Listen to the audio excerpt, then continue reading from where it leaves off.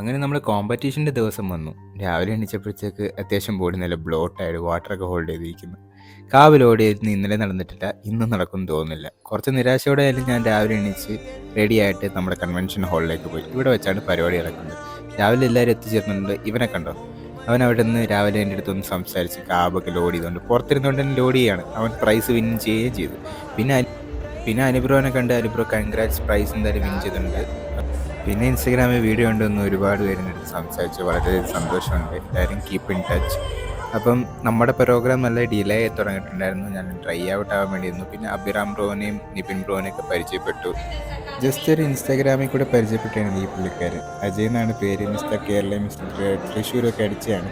അപ്പോൾ പുള്ളിക്കാരൻ എനിക്ക് ടാൻ ചെയ്യാൻ വേണ്ടി മാത്രം വന്നേക്കുന്നത്. അപ്പം നമ്മുടെ കാര്യങ്ങൾക്ക് വേണ്ടി ആൾക്കാർ സഹായിക്കാൻ ഇങ്ങനെ മുന്നോട്ട് വരുന്നത് വളരെയധികം സന്തോഷമുള്ള പരിപാടി. ഡിലേ ആകും തോന്നുന്നു നമ്മുടെ അത്ലറ്റ്സിൻ്റെ എനർജി ഡ്രോപ്പ് ആയിക്കൊണ്ടിരുന്നു. കാരണം രാവിലെ തൊട്ട് വെള്ളം കുടിക്കാതിരിക്കല്ലേ ഭയങ്കര ബുദ്ധിമുട്ടുള്ള ഒരു കാര്യമാണ്. എൻ്റെ ബോഡി കണ്ടീഷൻ ഇരുന്നിരുന്ന് ലേറ്റായി കുറച്ചും കൂടി ഇമ്പ്രൂവ് ആയിട്ടെന്ന് എനിക്ക് തോന്നുന്നു. കാരണം എൻ്റെ ബോഡി കുറച്ചും കൂടി ഡ്രൈ ആയി. അങ്ങനെ എന്തായാലും നമ്മൾ 1.5 ആയപ്പോഴത്തേക്ക് സ്റ്റേജിൽ കയറിയത്. അങ്ങനെ 6 മാസത്തെ പ്രിപ്പറേഷൻ ഇവിടെ തീരുകയാണ്. എനിക്ക് ശരിക്കും പറഞ്ഞാൽ ആ സ്റ്റേജിൽ നിൽക്കുമ്പോൾ ഒരു complete confidence and proud feeling ആയിരുന്നു. കാരണം എൻ്റെ ജേണി എത്രത്തോളം ഇതായിരുന്നു എന്ന് എനിക്കറിയാം. അതേപോലെ തന്നെ ഓരോ അത്ലറ്റ്സിനും അവരുടേതായിട്ടുള്ള ഒരു ജേണി കാണും. അപ്പോൾ പ്രൈസ് കിട്ടാത്തവരാരും വിഷമിക്കേണ്ട. Be proud. നിങ്ങളുടെ ഹാർഡ് വർക്കിനുള്ളത് എന്തായാലും നിങ്ങളെ തേടി വരും. So keep on going.